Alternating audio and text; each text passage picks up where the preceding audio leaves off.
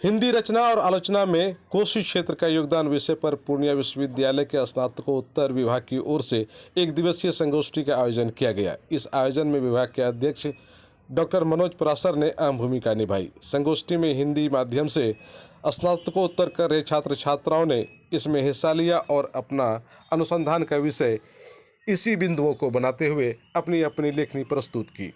अधिकांश छात्र छात्राओं ने सीमांचल क्षेत्र की साहित्यिक भूमि को ऐतिहासिक और गौरवान्वित करने वाला बताया और कई ख्याति प्राप्त लेखकों आलोचकों की लेखनी पर अपना अपना अनुसंधान भी किया और सभी की लेखनी में इस क्षेत्र के महान साहित्यकार फणीश्वरनाथ रेणु केंद्र बिंदु में रहे। विभाग की ओर से भाग लेने वाले छात्र छात्राओं को प्रशस्ति पत्र देकर पुरस्कृत भी किया गया। विभाग के अध्यक्ष डॉक्टर मनोज पराशर ने कहा कि गंगा के उत्तरी क्षेत्र को हमेशा से सीमांचल क्षेत्र कहा गया और यह क्षेत्र अपनी साहित्यिक रचना और सांस्कृतिक पहचान को लेकर काफ़ी उर्वरा रही है और यहाँ कई ख्याति प्राप्त लेखकों ने साहित्यिक क्षेत्र में अपनी अपनी तरह से योगदान दिया है। उन चीज़ों को कैसे जिंदा रखते हुए हम आगे बढ़ सकते हैं, इस पर छात्र छात्राओं को अनुसंधान करने दिया गया था, जिसका काफ़ी लाभ छात्र छात्राओं को मिला है।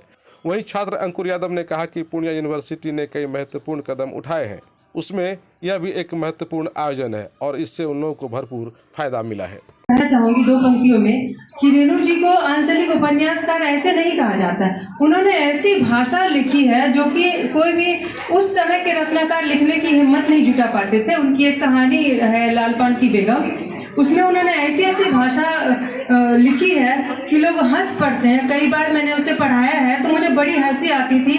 जैसे वो एक पात्र है चंपिया को बुलाने के क्रम में चंपिया की माँ कहती कि अरे ओ चंपिया कहाँ गई, दिन रहते गई थी और आओ तो मूड़ी मचाड़ के चूल्हे में झोंकती हूँ। तो ये लिखने की हिम्मत उस समय शायद कोई नहीं कर पाए थे, इसलिए रेणु जी का नाम इतने बड़े अक्षरों में और इतने सुनहरे अक्षरों में लिखा गया है।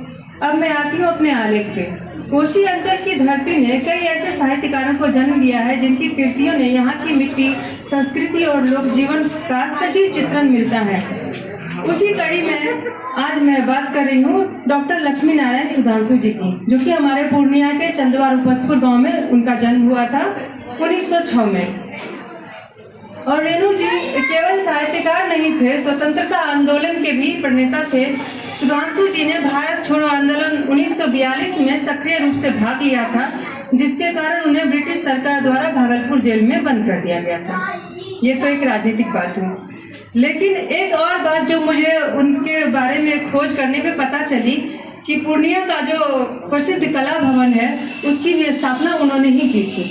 तो ये मुझे इस खोज के दौरान पता चली, जो कि शोधार्थी होना मेरा कह सकते हैं सार्थक रहा।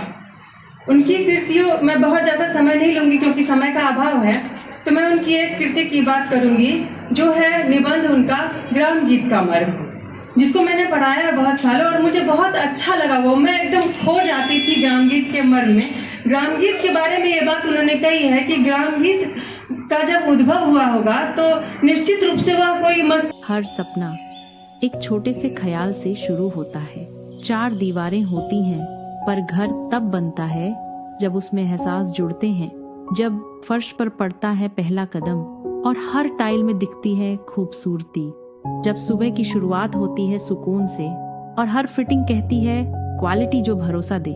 क्योंकि घर सिर्फ रहने की जगह नहीं, वो जगह है जहाँ यादें बनती हैं, जहाँ जिंदगी मुस्कुराती है। श्री बालाजी एजेंसी, जहाँ मिलता है स्टाइल, मजबूती, विश्वास और भरोसे का परफेक्ट मेल। टाइल से लेकर बाथ फिटिंग्स तक हर डिटेल में perfection. Shri Balaji agency, a beautiful innovation. बनाइए अपने सपनों का घर।